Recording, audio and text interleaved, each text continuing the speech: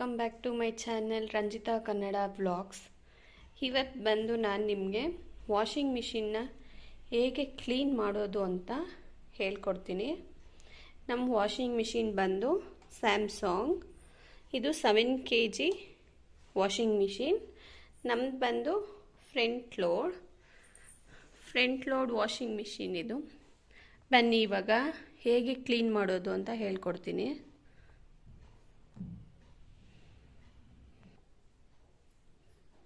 ಮೊದಲಿಗೆ ಇಲ್ಲಿ ವಾಷಿಂಗ್ ಮಿಷಿನ್ದು ಕೆಳಗಡೆ ಒಂದು ಬಾಕ್ಸ್ ಥರ ಇರುತ್ತೆ ನೋಡಿ, ಇದನ್ನು ಓಪನ್ ಮಾಡ್ಕೊಳ್ಳಿ.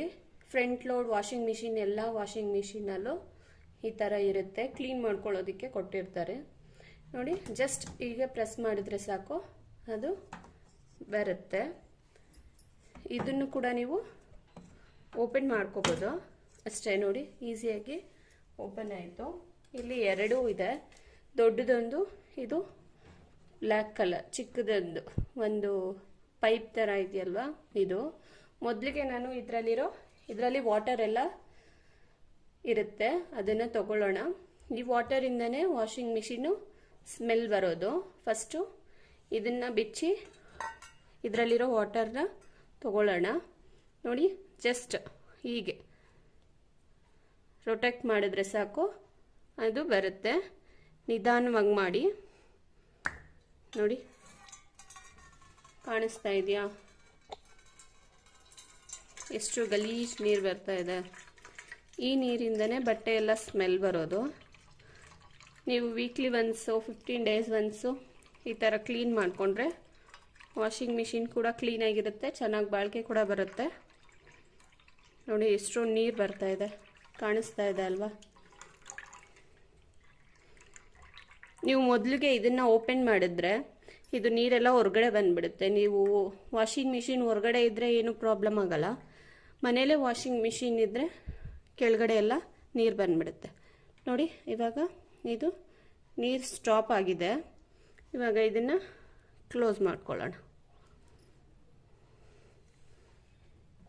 ನೆಕ್ಸ್ಟ್ ಇದನ್ನು ನೋಡಿ, ಜಸ್ಟ್ ಹಿಂಗೆ ತಿರುಗಿಸಿದ್ರೆ ಸಾಕು, ಬರುತ್ತೆ. ಇದನ್ನು ತಗೊಳ್ಳೋಣ ನೋಡಿ, ಎಷ್ಟು ನೀರು ಇದೆ ಅಂತ ಇದನ್ನು ಚಲ್ಕೊಳ್ಳೋಣ.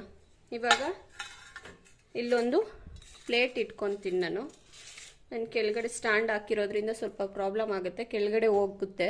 ನಾನು ಪರವಾಗಿಲ್ಲ ಕ್ಲೀನ್ ಮಾಡ್ಕೊತೀನಿ. ನೀರಿದ್ರೆ ಕೆಳಗಡೆ ಹೋಗುತ್ತೆ, ಇಲ್ಲ ಅಂದ್ರೆ ಇಲ್ಲ ನೋಡಿ.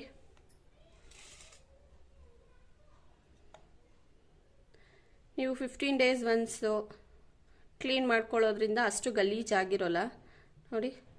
ನಂದೇನು ಅಷ್ಟು ಗಲೀಜಾಗಿಲ್ಲ, ನಾನು 15 days once weekly once clean ಮಾಡ್ಕೋತೀನಿ, ಅದಕ್ಕೆ ಕಾಣಿಸ್ತಾ ಇದೆಯಲ್ವಾ. ಇವಾಗ ಇದನ್ನು ಕೂಡ ಕ್ಲೀನ್ ಮಾಡೋದು ಹೇಗೆ ಅಂತ ತೋರಿಸ್ತೀನಿ ಬನ್ನಿ ನೋಡಿ. ಒಂದು ಬ್ರಷ್ ತೊಗೊಂಡಿದ್ದೀನಿ, ಯೂಸ್ ಮಾಡದೇ ಇರೋ ಬ್ರಷಿಂದ ಇದನ್ನು ಕ್ಲೀನ್ ಮಾಡ್ಕೊಳ್ಳೋಣ ನೋಡಿ. ಜಸ್ಟ್ ನಾನು ವಿಮ್ಮಲ್ಲೇ ಕ್ಲೀನ್ ಮಾಡ್ತಾ ಇರೋದು. ಈ ಥರ ಮಾಡ್ಕೊಳ್ಳಿ. ನೀವು ಅವಾಗವಾಗ ಈ ಥರನೇ ಕ್ಲೀನ್ ಮಾಡ್ಕೊಳ್ಳಿ, ಯಾವುದೇ ರಿಪೇರಿ ಕೂಡ ಬರೋದಿಲ್ಲ.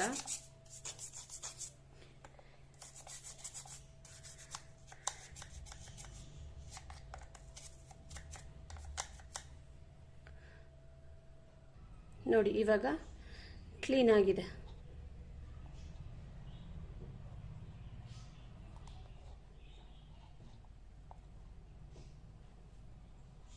ಹಾಗೆ ಇದನ್ನು ಕೂಡ ಕ್ಲೀನ್ ಮಾಡ್ಕೊಳ್ಳೋಣ.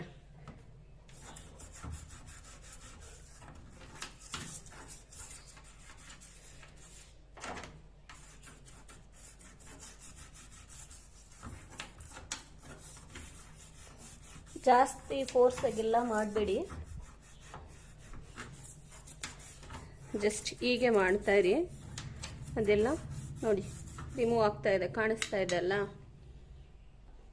ಇದು ಕೂಡ ಕ್ಲೀನ್ ಆಗಿದೆ. ನೀರು ಹಾಕ್ಕೊಳ್ಳೋಣ, ಗಲೀಜೆಲ್ಲ ಬರುತ್ತೆ.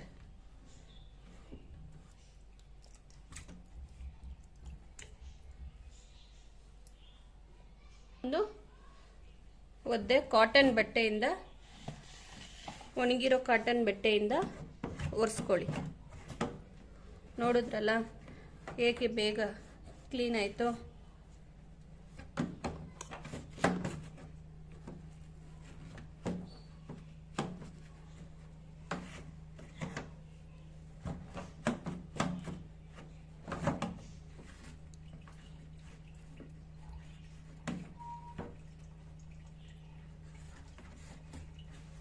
ತುಂಬ ಈಸಿ ಕ್ಲೀನ್ ಮಾಡ್ಕೊಳ್ಳೋದು. ನೀವು ಕೂಡ ಮನೇಲಿ ಕ್ಲೀನ್ ಮಾಡ್ಕೊಳ್ಳಿ, ತುಂಬ ದಿನ ಬಾಳಿಕೆ ಬರುತ್ತೆ. ನಾವು ಈ ಥರ ಕ್ಲೀನ್ ಮಾಡ್ಕೊಂಡಿಲ್ಲ ಅಂದರೆ ಏನಾದರೂ ರಿಪೇರಿ ಬಂದಾಗ ಸುಮ್ಮನೆ ಅದೋಗಿದೆ ಇದೋಗಿದೆ ಅಂತ ಹೇಳಿ ದುಡ್ಡು ತಗೋತಾರೆ. ನೀವು ಕೂಡ ಒಂದ್ಸರಿ ಮನೇಲಿ ಇದೇ ಥರ ಕ್ಲೀನ್ ಮಾಡಿ ನೋಡಿ. ಇವಾಗ ಇದು ಕ್ಲೀನ್ ಆಗಿದೆಯಲ್ವಾ, ಇದನ್ನು ನಾನು ಇಲ್ಲಿ ಹಾಕ್ತಾ ಇದ್ದೀನಿ.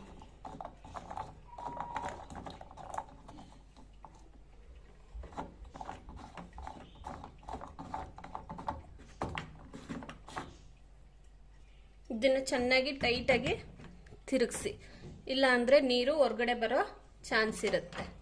ನೋಡಿ, ಇಷ್ಟೇ ಕ್ಲೀನ್ ಮಾಡ್ಕೊಳ್ಳೋ ಅಂಥದ್ದು. ಇದನ್ನು ಕೂಡ ಹೀಗಿಟ್ಟು ಜಸ್ಟ್ ಹಿಂಗೆ ಪ್ರೆಸ್ ಮಾಡಿದ್ರೆ ಸಾಕು, ಅಟ್ಯಾಚ್ ಆಗುತ್ತೆ. ಇದನ್ನು ಕೂಡ ಒರೆಸ್ಕೊಳ್ಳಿ. ಹಾಗೆ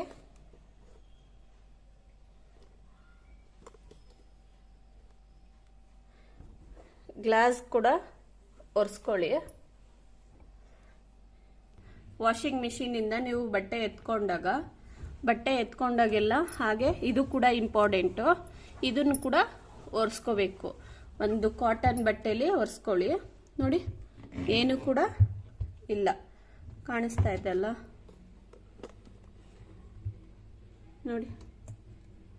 ಅಲ್ಲಿ ನೀರು ನಿಂತ್ಕೊಂಡ್ರೆ ಸ್ಮೆಲ್ ಬರುತ್ತೆ ವಾಷಿಂಗ್ ಮಿಷಿನು, ಅದಕ್ಕೆ ಕಾಟನ್ ಬಟ್ಟೆಯಲ್ಲಿ ಒರೆಸ್ಕೊಳ್ಳಿ.